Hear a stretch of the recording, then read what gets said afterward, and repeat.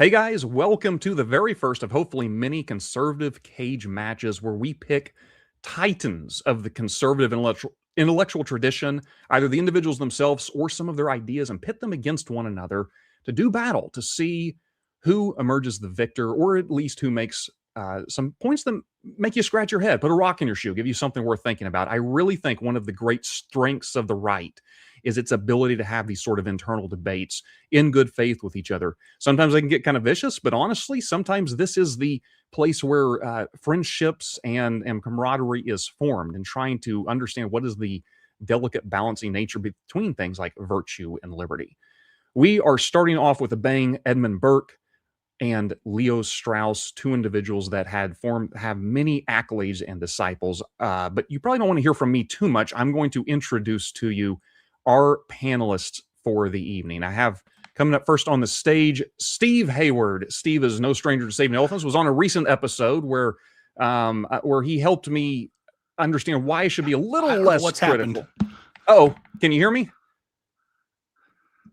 Okay, let me pull that down. This is the problem with a live recording.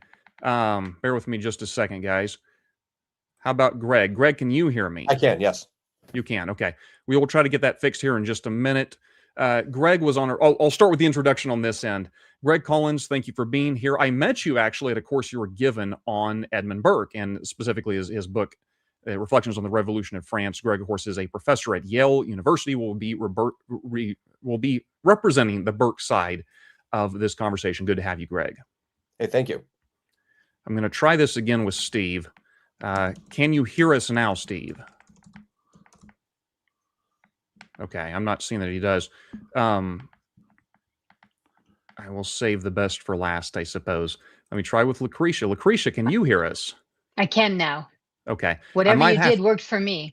Okay, yeah, we might have to have Steve leave and come back, and we'll deal with that here just momentarily. But you want me? I can send him a text and have him do that if you. If you don't mind, that would be helpful. And as you're doing that, I'm going to pull up Lauren Hall. This is part of the beauty of live stream, of course, is these things can go wrong in real time. But Lauren, we'll just soldier on. I was on your podcast. Oh, good grief. We made this political. There we go, with you and your co-host, Laura Forkham. And of course, you have both been on my podcast. Excellent show. You are a Burke scholar and writer of the blog, The Radical Moderate Guides to Life. Have I got that right? Yep. Okay. Yeah. Great to have you. Here. Lucretia, of course, is on the screen. Lucretia is Steve's better half of the Three Whiskeys Happy Hour podcast. Better third, right. I know poor John's left out of this discussion, but... I'm very upset about it because he says he doesn't like Burke or Strauss. So there you go. Maybe you should have moderated, yeah. That's what he said. Steve, can you hear us now? Well, now we can't hear you. The funny thing is Steve has the most sophisticated equipment of anyone I know doing a podcast. How about now? Is this working? It is working now. Okay. It is good to have you. I'm not going to touch anything. Okay. Great. I was just doing the introductions. Steve Hayward, of course, formerly of Berkeley, conservative in hiding, incognito in a sense, and currently of Pepperdine, was a recent guest on the show and helped try to cool some of my disagreements with the Trump administration, trying to explain to me why I shouldn't be quite so harsh on them. And Lucretia and Stephen Hayward, of course, represent the Leo Strauss version of this argument. Now, for those who are like, look, I don't know who Burke and Strauss is. I have no idea. I'm going to give an extremely brief kind of summary here over the basic argument. If you have no idea, I guarantee this conversation is going to be over your head probably from the beginning, but just in way of sort of an introduction, hopefully it'll wet your whistle and think, you know what, this sounds kind of interesting. I want to read more about these guys. Leo Strauss wrote in his magnus opus, Natural Right and History. He didn't write a lot about Burke, but toward the very end of the book, he writes about Edmund Burke and essentially summarizes some of his critiques as such, that he believed Burke's critique of abstract natural rights and his defense of things like tradition, prescription, and historically evolved institutions, that it ultimately abandoned the classical understanding of natural right grounded in reason that Strauss was arguing for. Burke was right. He wasn't completely critical of Burke. Burke was right, Strauss thinks, to criticize the abstract rationalist natural right doctrine of the Enlightenment era that led especially to things like the French Revolution and some of its excesses. But he went too far. In rejecting those modern doctrines, he failed to recover the classical natural right that we would find in Plato and Aristotle, and instead replaced it, maybe inadvertently, maybe unintentionally, with historicism. Of course, the great bugaboo of the Straussian tradition, the idea that our political standards are rooted in inherited tradition rather than accessible to us through reason. So Strauss's larger concern is philosophical. He sees Burke as part of a shift from the natural to the historical as a source of political authority. This has created a great rift among many conservative intellectual traditions in the United States. There are some who say, look, Edmund Burke is the central conservative figure and is right up there with the American founding fathers, whereas others say, nope, he was the guy that opened the door to historicism, essentially, and led to all sorts of excesses on the left. So with that, and please, panelists, if I have misidentified either of those two positions, feel free to correct the record. One last thing before we get started, those watching in real time, if you have an appropriate comment, I will be happy to share it. So for example, this would not be an appropriate comment. 10 of 10 best gay streamer award goes to Saving Elephants. Congratulations. But something that's a little bit more apropos to the conversation, we will try to share those. That being said, I'm going to lead it off for each individual to give a short, brief introduction to kind of your opening statements. We're going to start with Steve Hayward. I'm going to try to shift the screen here so that he shows up prominently. Let's see if I can accomplish this. Bear with me just a second. There we go. There we go. All right. I think Josh, we need to get you an actual producer who can do all that stuff for you, so you don't have to. Burke would approve of that, right? It would be an inheritance, right? Well, let's see. Let's just say a few things to open up because there's so much to be said here. One is I'd add to what you say about Strauss's famous book, Natural Right and History. This is the last chapter of the book, and it's kind of odd that he ended with Burke and not other people you might think of like Kant or even Hegel or so forth. Second, I think it's quite relevant to today. We're having this big argument on the right, really, between what are now called the post-liberals, who dislike Enlightenment liberalism, dislike John Locke, dislike the Declaration of Independence, which, of course, Burke kind of did too, although he was coy about that. And the big point is America to be understood as a creedal nation based on its principles of the Declaration, or are we a historical nation like the British Constitution? And Burke is going to come back into the chat on that, and already is in a lot of ways. Second, I think to go beyond Burke, Strauss's Burke for just a moment, I think that the case against Burke can be stated by something that Strauss doesn't mention, and that is Woodrow Wilson. Woodrow Wilson loved two people above all. He loved Hegel and he loved Burke. And, that's when heads ought to start to explode, right? Because, Woodrow Wilson is sort of, the worst person ever in American history. Maybe that's a slight exaggeration. But how did he do that? Well, what he liked were the parts of Burke that Strauss picks on, of the many things he picks on, who thought constitutions evolve. Burke didn't use that term. That term was not used in the 18th century in the way we think of it today. But that idea, I think, is implicated in Burke's work, and Strauss picks on that a lot. Second, you already suggested a key note of this whole argument, Josh, in saying that Burke was critical of especially modern natural right, of people like Hobbes and Locke and so forth, and social contract theory. And that's because at the end of the day, he is skeptical of metaphysics. He doesn't deny metaphysics like a modern positivist or nihilist would, but he thinks it is, to say he thinks it has limited utility for practical politics would be an understatement. He's against metaphysical appeal. He's against abstractions. And so he doesn't like Locke. And he is reputed to have said, although this is a secondhand recollection of someone who heard him say this in Parliament, that John Locke's Second Treatise of Government was the worst book ever written, which is pretty strong. But as I say, I'd find some contemporary echoes of critics of the American regime today. So he's against speculative reason, as he calls it. I could go on, but I think I will draw to a close here. There's 3 or 4 other main points that I think Lucretia will bring out, or maybe will be preempted by Greg and Lauren. Awesome. Thank you very much, Steve. Lauren, I'm going to bring you up on stage now. Lauren, of course, representing the one of the 2 panels for the Burkean point of view. What say you? Well, I'm actually thrilled because I think Stephen and I are going to disagree about almost everything. So, good. It's absolutely true that Burke disparages theory and metaphysics in a very specific kind of way, right? He disparages the application of those directly to human social and political life without appropriate filters, without filters that keep those metaphysical principles from doing what they did in the French Revolution, which is they were the phrase that he uses, right, is that they want everything. If you don't have the filters of civic attachment, right, the attachment that we have to our little platoons, the natural rights theories become simply weapons to be weaponized by anybody who wants power. So that's one of his major criticisms. I'll also say that a lot of his natural rights sort of like thinking, a lot of his most his largest concerns with natural rights thinking come out in the Reflections on the Revolution in France, and of course he's responding to a very specific moment in time. And when you look at his work as a whole, he's very clear that rights exist. He's very clear that reason exists and is critical to human life. He's very clear that metaphysics exists and that it's critical to our understanding of justice and our understanding of the good. Where Burke splits from Locke and Hobbes is this idea that a sort of individualistic and abstract understanding of reason can help us understand what to do in any specific political or social situation when we need to understand the social and historical context in which we find ourselves. I'll respond to Stephen's point about Wilson later, because I think that one's actually one of the easier things to defend Burke about. But I think, I'll just sort of summarize a couple things that I want to say very broadly, right? I think, for Burke, it's the need is, and this I think is something that gives Burke a very holistic understanding of human nature.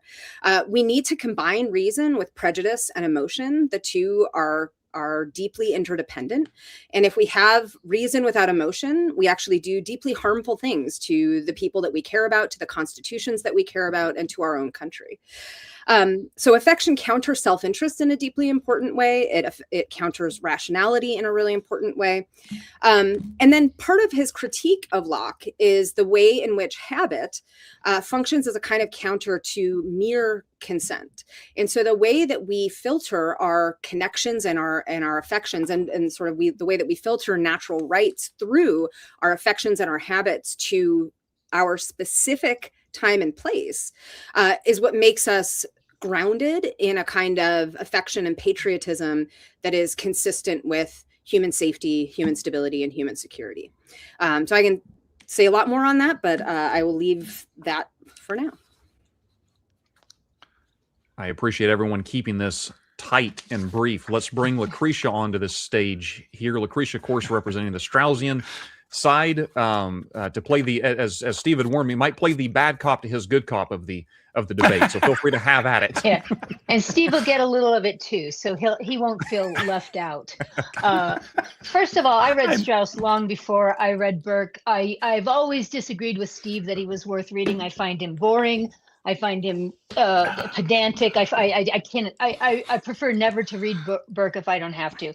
Let me begin there. Some people find him interesting. It's beyond me. I only read him because I read about him in Strauss. But I think my number one complaint about Burke, and this may get to the heart of the matter, is that he completely misunderstands and then misuses the very important concept of prudence.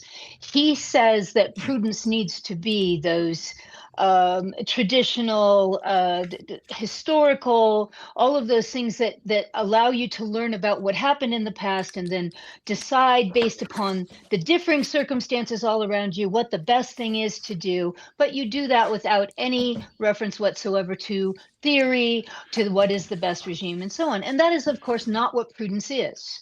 Prudence is, of course, understanding the unchanging ground of changing rights, changing natural right, changing circumstances.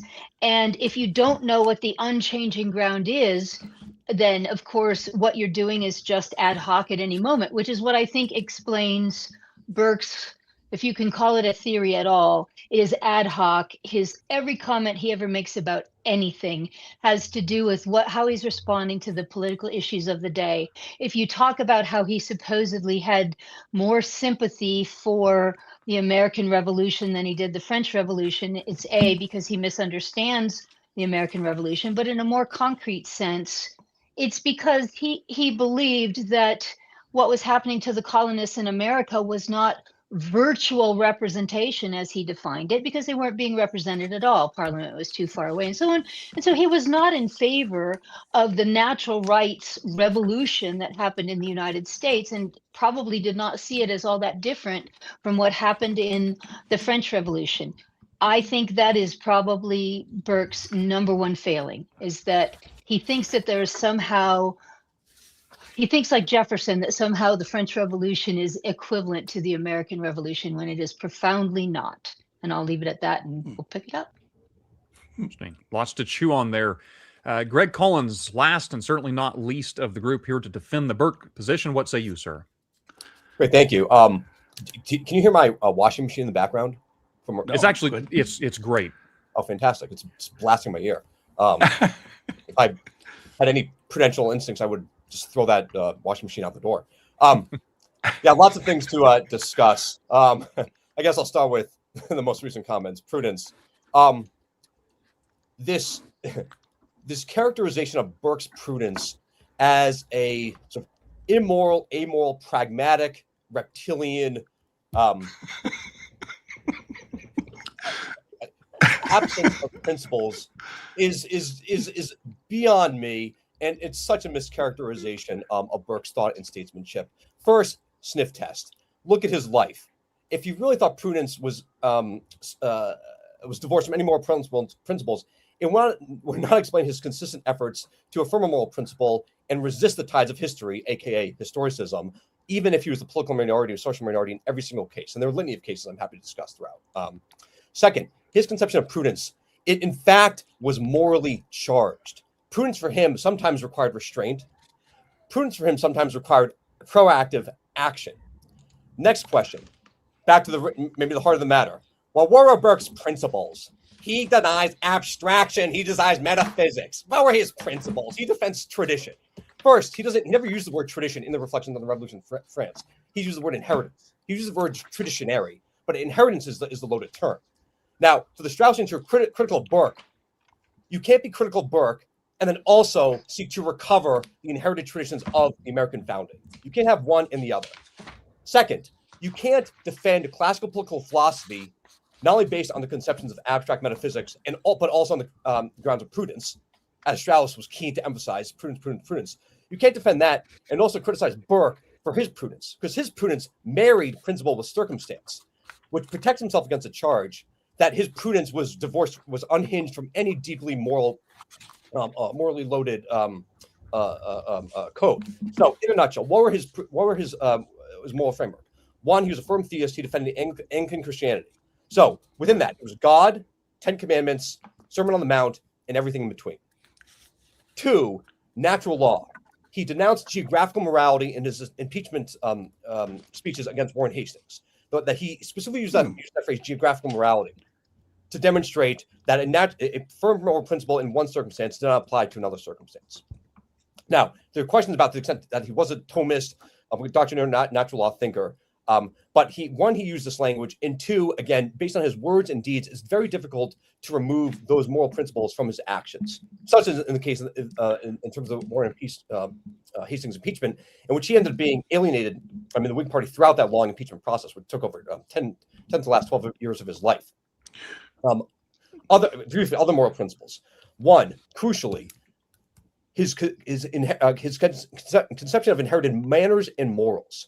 This was the collection of a European inheritance that was grounded both in Christian morality and what he called the spirit of religion and the spirit of a gentleman. So combining religion with the unwritten code of manners, chivalry, gallantry that demonstrate respect towards women, towards the poor, towards the sick, towards the powerless.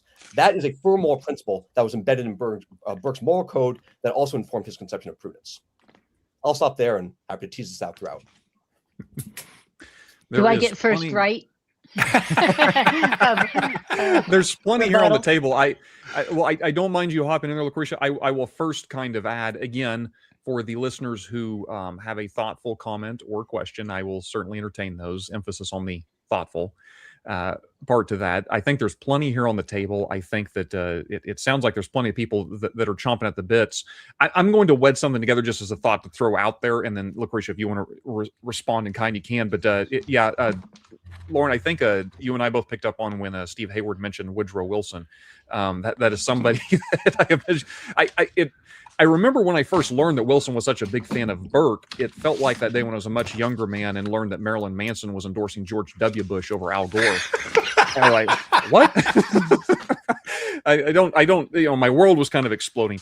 But I do want to wed that into kind of this notion, as Lucretia mentions, that prudence is something Burke gets wrong. I mean, this is a recurring theme, I think, for the last couple hundred years, and those who Wilson was a fan of Burke, and a lot of people like Peter Stanlis and Father Canavan and Russell Kirk spent a lot of time saying, hey, you guys are getting Burke wrong. He's not utilitarian. He has these deeper principles. And so I guess I'm often curious on this one central point is, what is it we're arguing about? Is it that Leo Strauss misunderstood Burke, or is it that he understood Burke and Burke was still wrong? And you don't have to respond to that directly, because I'm sure you all have your own questions. But Lucretia, if you want to go ahead, since you asked for first dibs here. I can answer the last question by giving my my rebuttal, and because the way Greg characterized what I said is not what I said. I never said moral principles. I never said that, because I do believe that Burke's prudence had moral principles as he defined them. But those moral principles do not and should not, cannot have their basis in some theoretical notion of what is the best regime. It was always a moral principle relevant to in most cases, of course, the ideal, the British Constitution. It was the aristocratic inheritance and all of those wonderful things that came out of that. And I agree, Christianity, but not necessarily because those things would teach us in a political sense what the best regime is. I have this argument with our other co-host all of the time. He wants to say that prudence is just utilitarianism, and I don't think that's what Burke means. But he also doesn't mean what Jefferson meant in the Declaration of Independence. He doesn't, for certainly not that. He doesn't mean what Strauss means by prudence, which is gauging every action as a statesman by an understanding of what is the best thing possible. And that understanding must come not from moral principles, but from some transcendent notion of truth. And those are two different things. Okay, I'll leave Wilson to the others, because I'm sort of with you on this. I don't think just because I don't think we need to blame Burke because Wilson happened to pick up on certain aspects of his rather convoluted thought. I don't think that's Burke's fault. He has other things to criticize. But and Greg, I'll let you respond to that, since Lucretia was speaking mostly with you. Thank you. Nice to meet you, Lucretia. We never met before. I just briefly on Wilson. Yeah, no, absolutely right. I mean, Burke. Someone said his arguments could be used for and against every single proposition out there, which actually could fuel a Straussian criticism of Burke's seeming historicism. But as a brief counterexample, how come the abolitionists were actually quoting Burke in their campaign against slavery and throughout the 19th century in America? How come Burke was one of the first prominent English statesmen to draft a comprehensive, systematic plan for the gradual abolition of slavery throughout the British Empire? And that actually captures, is a quintessence of his concept of prudence. The moral principle was emancipation, liberation for slaves, and not only that, but actually the facilitation of slaves into a social order to promote their religiosity, prosperity, families, and so on.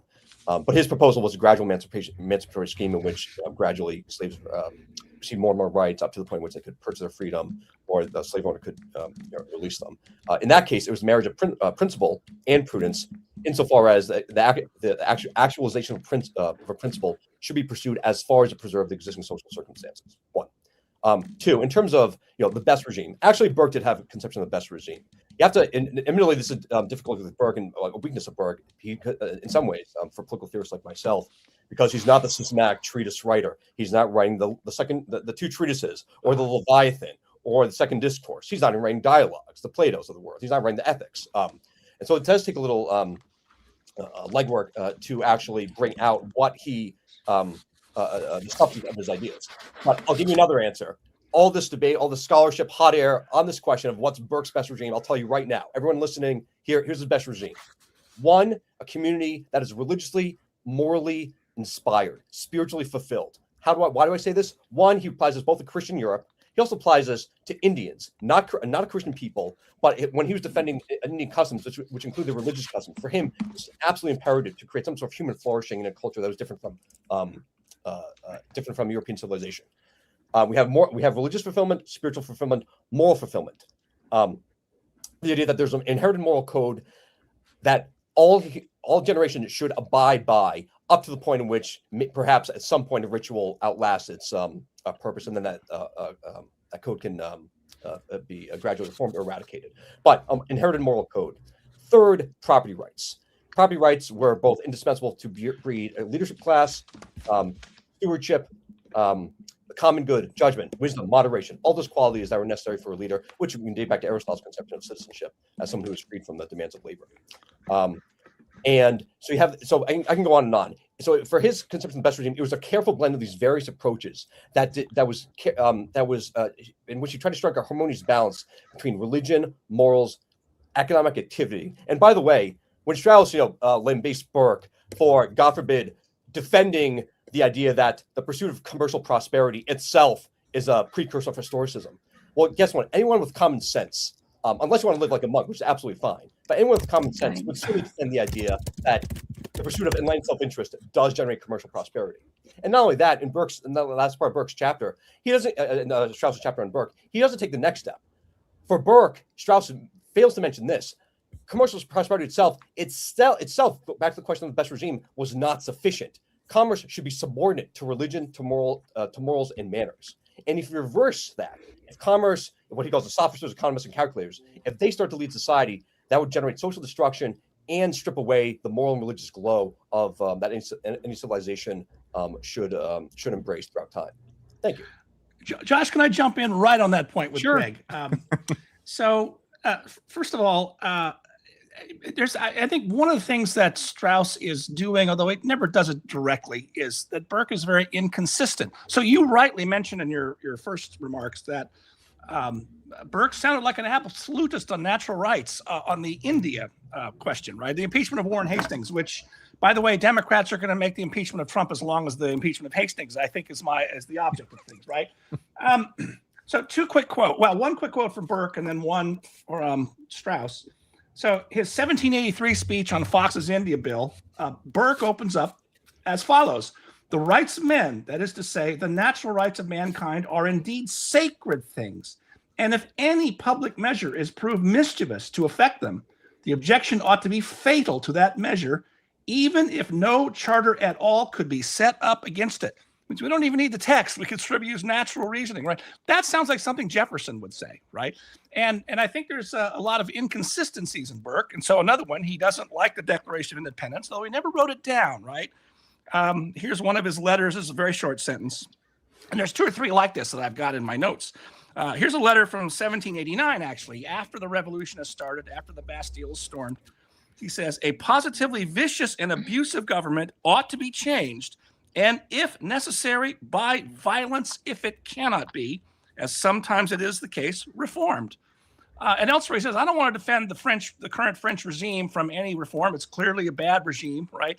I forget where I have all the quotes. So the argument is he's inconsistent about things. And I think, by the way, Strauss's own chapter can be accused of inconsistency. That's the case Steve Lenzner made in his famous article, The Three Burkes in Strauss, right? It's very complicated because Lenzner's a complicated guy.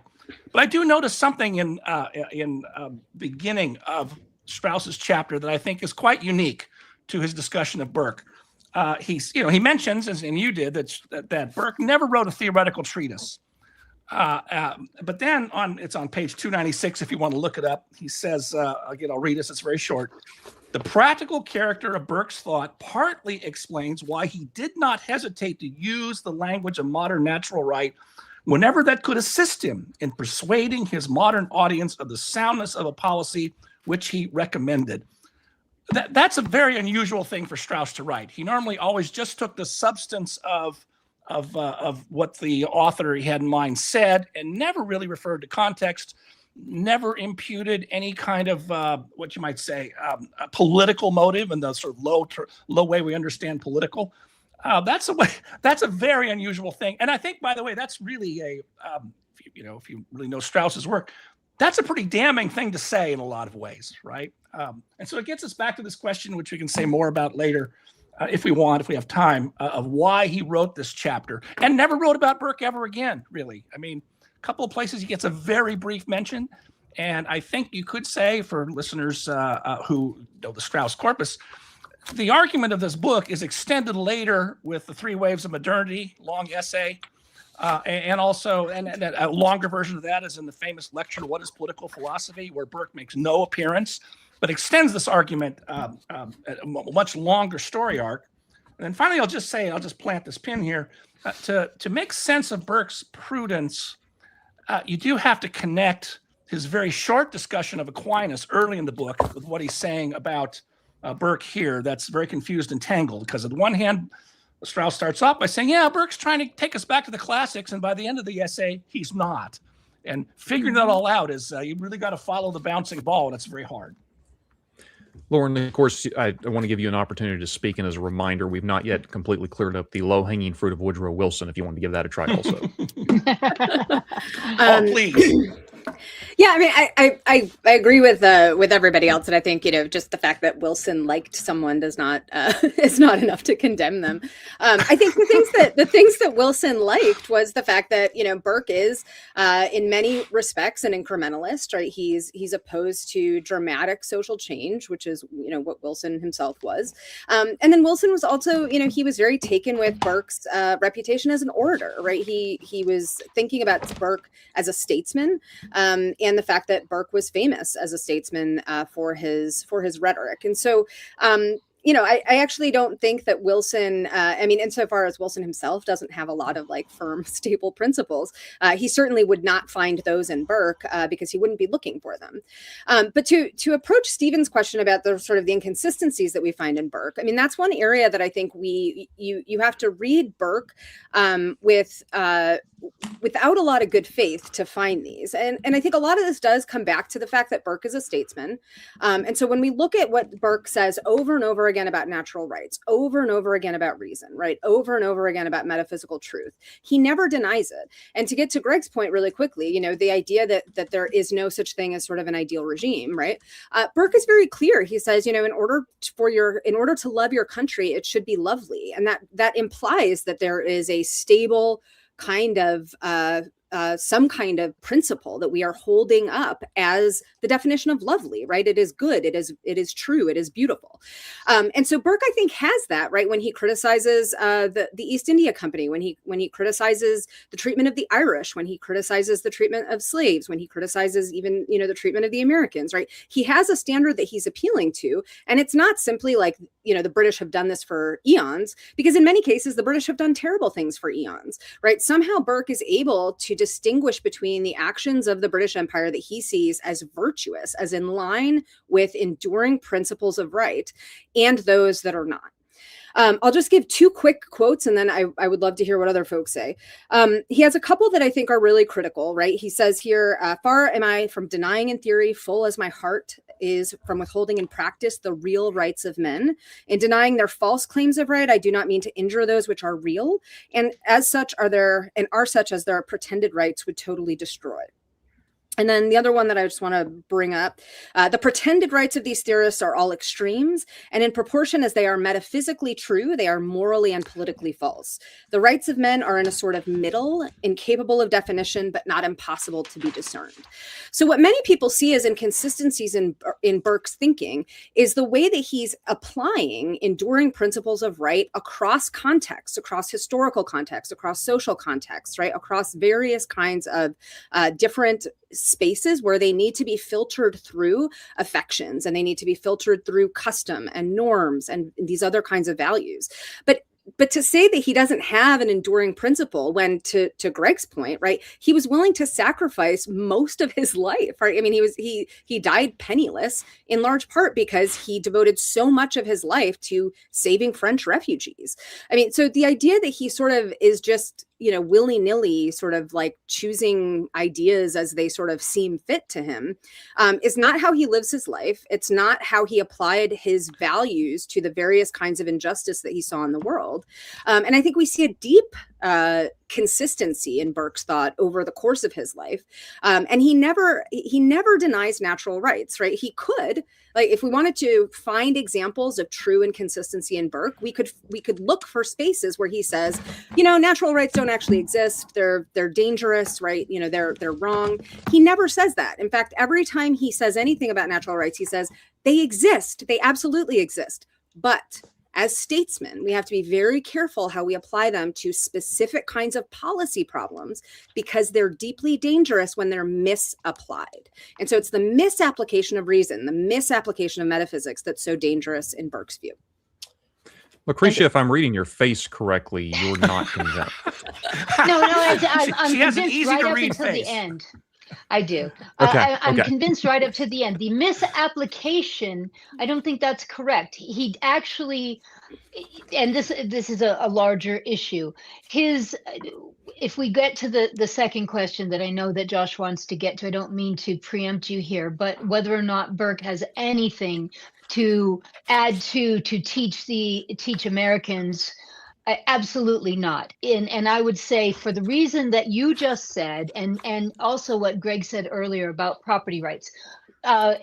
Remember, Burke supposedly completely, shall we say, dissed John Locke's second treatise. And the American understanding of property rights comes directly from that. It is not Burke's understanding of property rights. Burke's understanding of property rights is that you have a landed aristocracy that creates all of that, and you could almost call it Aristotelian, creates the leisure, the educational opportunities, so that you can have this aristocracy that maybe can be trusted with governing the unwashed masses that he supposedly cares so much about. They certainly shouldn't have the vote, all those other things. So his view of the right to property is not a natural right to property per se, as we would find it in Locke, and as I believe was incorporated into our Constitution. And again, his idea of moral principles have no more basis in reality, in some kind of transcendent standard, that's a better way to put it, then I mean, he's just reaching back to, if you want to call it heredity, you want traditionalism, whatever word you want to use.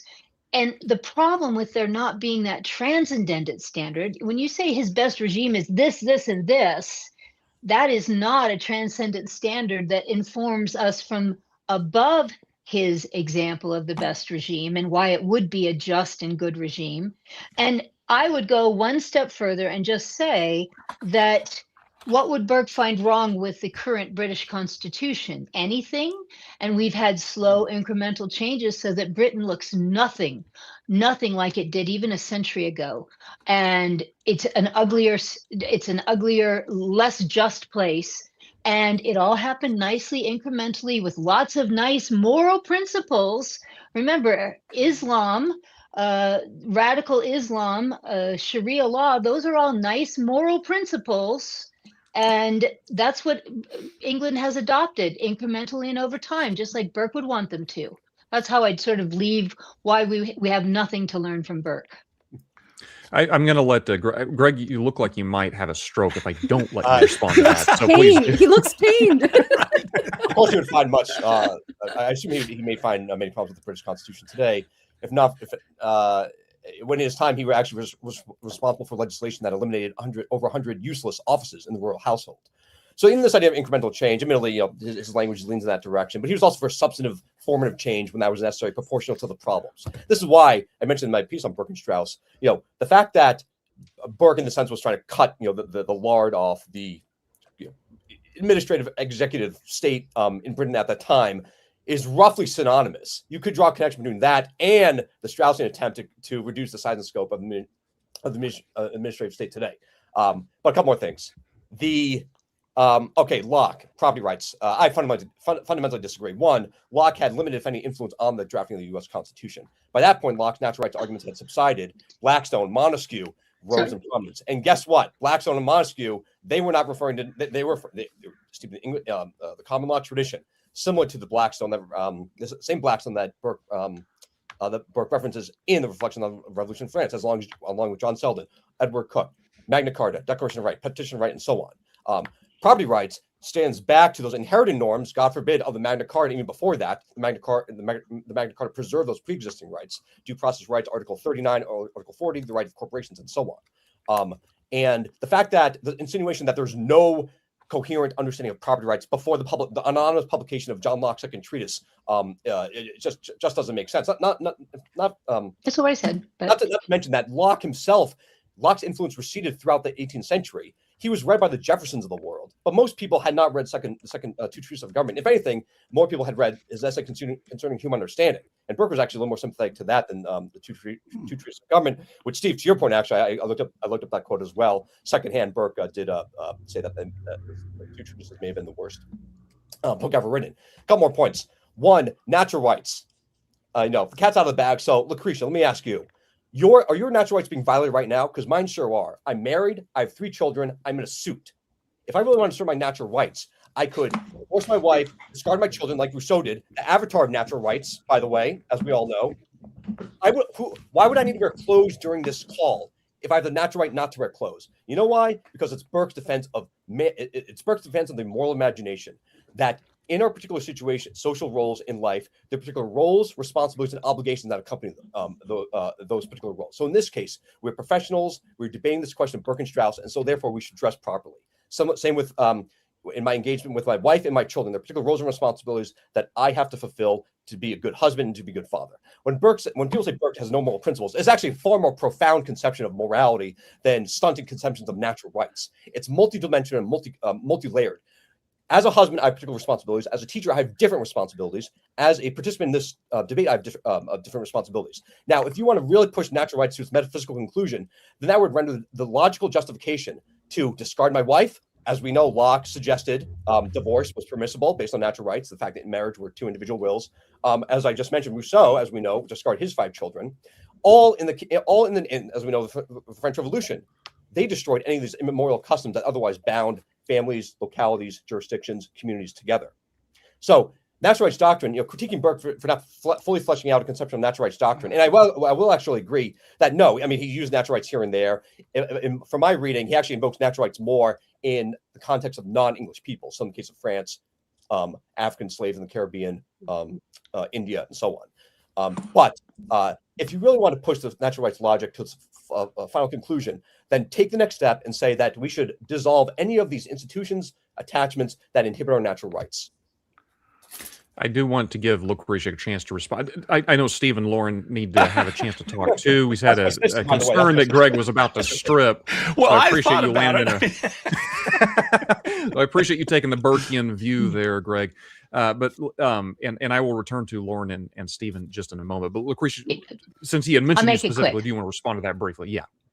Absolutely. First of all, if you cannot see the difference between Lockean natural rights and Rousseauian natural rights, there's no reason in carrying on this conversation, because Locke makes it very clear what it is a social contract needs to do. Furthermore, our founding is definitely not based on any kind of Rousseauian concept of natural rights. We don't go back in the state of nature to the natural man who lies there naked by the stream and drinks here and eats here and all those other silly things. Rousseau's unimportant in my opinion. It's unfortunate that he ever came upon the world, but that's a whole different discussion. Not for Strauss, because remember the critique of modern natural right chapter in Natural Right and History is about 2 people. It's about Rousseau and it's about Burke, and both of them are equally and in many ways similarly wrong. Okay, so that being said, the natural right to property, which is articulated in the second treatise of Locke, is in fact exactly what Madison says needs to be protected in Federalist number 10. Okay, there is no doubt whatsoever that Locke's understanding of the right to property, of social contract theory, and so on, is directly influenced in our notion of creating a government based upon consent.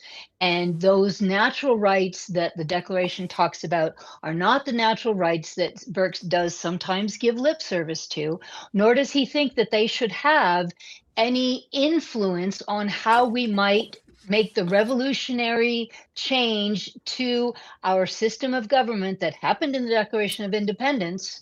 It's why he never could say anything good about it. He might have thought that the colonists had a decent complaint because they weren't being properly represented in Parliament, but that's not what the biggest complaint about their situation with Great Britain was. That was all that Burke had to say about it. The idea that Locke is not the intellectual forebear of the right to property as protected in both the Declaration and the Constitution to me is absolutely crazy. It's not all these other things. Go ahead. I'll have you a chance. Yes, I'll let you cut in. I'm just going to call an audible right quick. We probably will not get a chance to adequately cover the subject of does Burke belong in the in the great pantheon of American conservatism? What does he have to offer? I want to give Steve, you and Lauren a chance to respond, but then we'll try to have closing comments after that. I want to ask a quick question of Greg, just for clarification, and then Lauren, if you want to answer it, you can too. Did I hear you right, Greg, when you said Locke had little to do with the Declaration of Independence? And if I did hear you right, are you think that Gary Wills was right and Carl Becker and Douglas Adair, among others, are wrong? No, of course he had something to do with the Declaration of Independence, given that he was one of the three favorite philosophers. I said the U.S. Constitution. Oh, I thought you said the Declaration. I thought I heard you say Declaration. In the 1780s, look at Donald Lutz's work. Okay. Well, we don't have an argument about that. Okay. But well, all right. Well, now we can move on to the American question.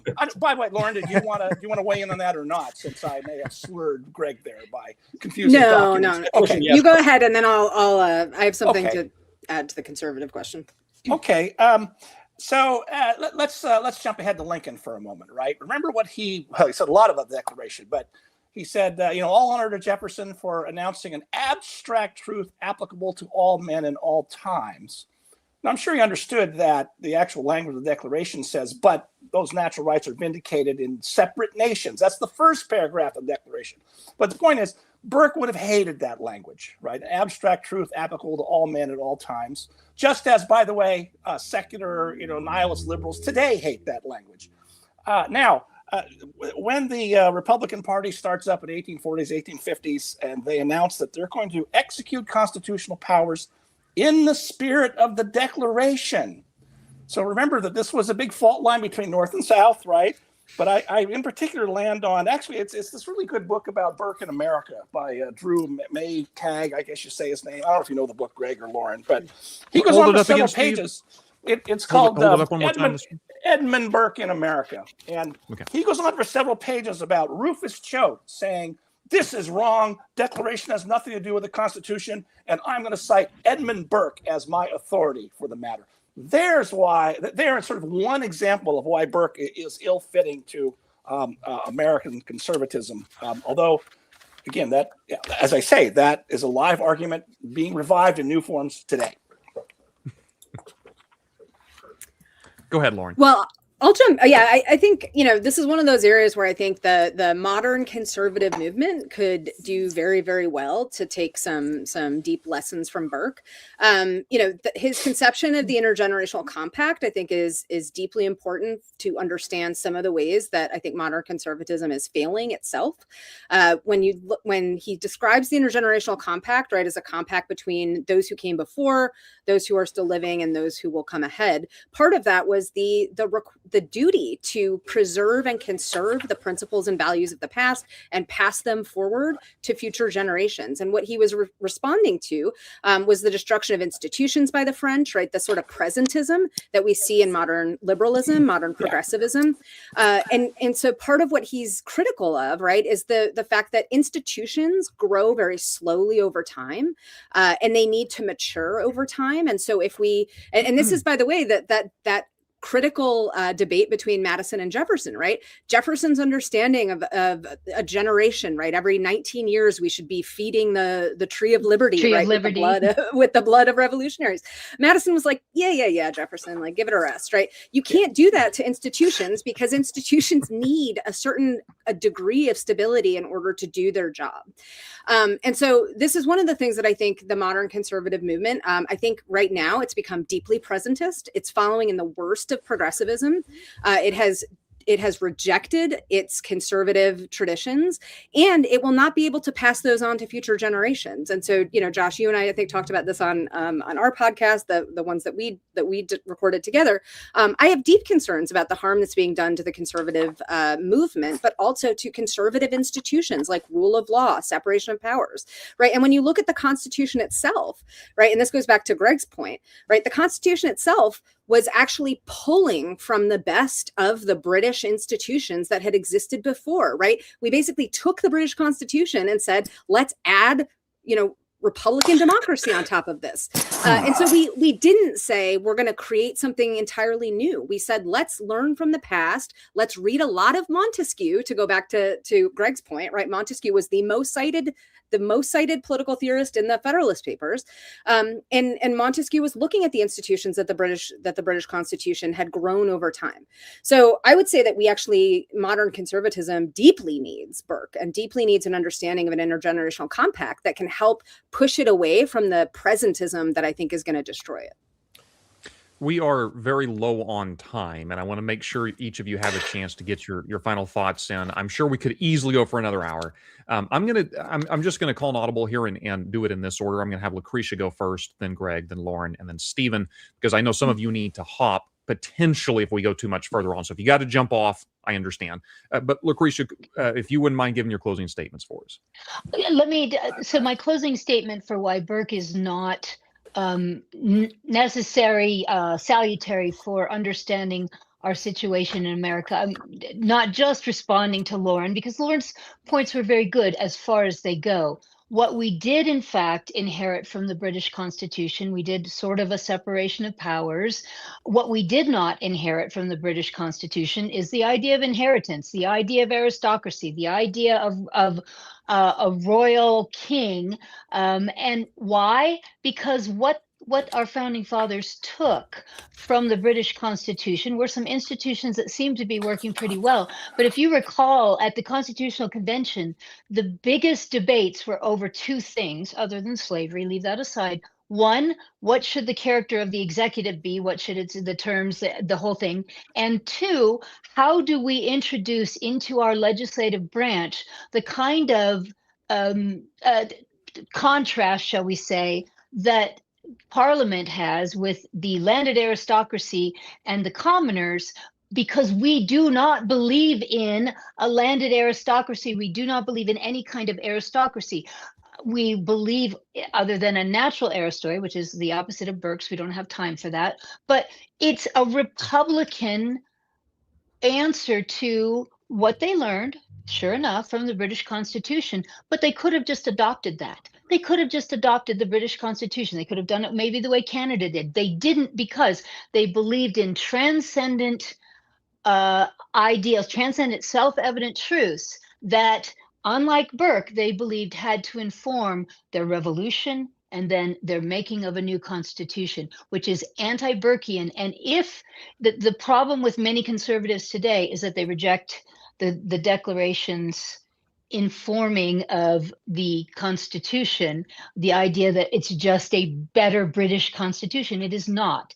It is, in fact, a revolution in constitutions, because it is, as Hamilton, last word Hamilton said, we're going to decide for all time the important question, whether societies of men can really form their political constitutions based upon reflection and choice, or whether they are forever destined to depend for their constitutions upon accident, Burkean accident, and force. And so I think that's why Burke has nothing to teach us. Why read Burke when you could read Lincoln instead? That's my final word. Thank you, Lucretia. Greg, what say you? Just briefly, I recommend a book by Greg Wiener, who wrote a book on Burke and Lincoln, comparing and contrasting their thought. Just briefly. One, the fact that the Americans didn't explicitly adopt the British Constitution actually confirms Burke's point that it's difficult to translate the particular political arrangements of one society to another society. In fact, the American founding actually captured Burke's conception of prudence. You learn from the past, the inheritance of the British Constitution, and you modify, alter, sometimes eliminate the particular appendages, institutions that do not conform to the particular sentiments, prejudices of the people. So in that sense, I think it's far more Burkean than Lucretia, as you were suggesting. Now, if going back to your earlier point, if the charge is that Burke did not believe in the idea of a founding embodied, exemplified by a constitution written by one or two single legislatures with the conception of the good life, absolutely. I think that's accurate portrayal of Burke's thought. But I highly doubt, Lucretia and Steve, that you would actually support that as well, because in the American founding, that certainly didn't happen. It was not James Madison and Thomas Jefferson writing their treatises, only de novo, stripped away from any of the norms and lessons and wisdom that they learned from their British past. And so the conception of the American founding as a de novo revolutionary abrupt departure from their past, I think, is ahistorical, A. B, it corrupts a proper understanding of the political principles and moral principles, institutional principles underlying the American founding and the Declaration of Independence in the U.S. Constitution. And we are reminded of Jefferson in his capturing of the Declaration of Independence as the harmonizing sentiments, correctly, right? Locke, Aristotle, Cicero. Who's the fourth one? Someone help me with the fourth one. But anyway, he was citing non-American thinkers who lived prior to the American founding as representing, as illustrating the principles that for him were embedded in the Declaration of Independence. And then also just, yes, we eliminate titles of nobility, but do we eliminate inherited property rights? Of course not, because we always have this debate over the inheritance tax. That is a classic example of applying Burke's notion of the landed aristocracy to a country without any titles of nobility. And yet there is, as you said, a natural aristocracy. And this debate over property inheritance does underscore this point about the importance of property rights from generation to generation as part of Lauren's description of intergenerational. Limited entail. Yes, right. Precisely. And if they explicitly adopted those customs, then that would have actually not reflected Burke's belief that some particulars in society should not be translated, nor should be not translatable, nor should be translated to other societies. Back to the point about natural rights. If natural rights are universal, transcendent, and metaphysical, then let's advocate right now for the natural right for Muslim women to be coerced into not wearing the hijab, non-Western societies to be coerced into asserting their natural rights and upending any institutions or rituals or customs that inhibit other natural rights. If you think that that is a proper way to govern society, one's own society or other societies, that just simply leads to coercion and the trepidations that Burke held about the French Revolution. I'll end there. And I know I'm getting this a little out of order here, but I want to let Lauren go because I realize some people need to leave. If you need to leave in the conversation, that's totally fine. But Lauren, let me give you a chance for closing thoughts, and then we'll turn to Steve to wrap us up here. Yeah, I'll just end really quickly by pointing out that Burke doesn't defend aristocracy as a good in and of itself. He defends aristocracy as something that exists in the British regime, that has been useful in the British regime, and that would be deeply difficult to root out without violence. And that's his argument for in like minimal defense of the aristocracy in France, right? He admits that they were abusive, but he says that what's happening in France is harmful, not because the aristocracy is good qua good, right? It's a deeply embedded social institution that will require an enormous amount of violence to undo. And by the way, I'll just add that Tocqueville argues that our replacement for the aristocracy was lawyers, right? We actually did right this thing of taking the sort of British institutions and democratizing them, right? We wanted the same kinds of institutions that served the same functions in society, and so we figured out ways to pull them into our political system. But to Greg's point, I just want to say again, there was actually an enormous amount that was Burkean at the American Revolution, right? I mean, if you look at like the treatment of colonial law and common law, the treatment of contracts before and after the Declaration, right? We did not uproot our world the way that the French did. And so the difference between the American Revolution and the French Revolution, the American Revolution is much more a Burkean revolution than it is a Lockean revolution. All right, Steve, let's let you close us out. Okay. So I resist the way Greg puts, I think, a straw man of, natural rights means, how did you put it, coercing women to, the sort of modern examples you gave. I think remember that Strauss's purpose, and it is convoluted in this chapter, of the whole book, is to restore an openness to classical natural right, which is very different, based on teleology. We haven't brought that up at all. That's an extremely important point. And I think Burke is kind of allergic to that a bit. And of course, Strauss, elsewhere in other writings, says it's not clear we can recover that. That's another story for another day. But I do think I'd say two or three things about it. One is there's a famous line of Burke's where he says in the Reflections that a polity that was without the means of change is without the means of its own self-preservation. So he's not a reactionary. That's an important point. But his framework for this is, we've already mentioned, prescription. What's his line about the origins of the British Constitution are from time out of mind? Now, that's a phrase that was always used about the common law from the times of Sir Edward Coke, for example, right?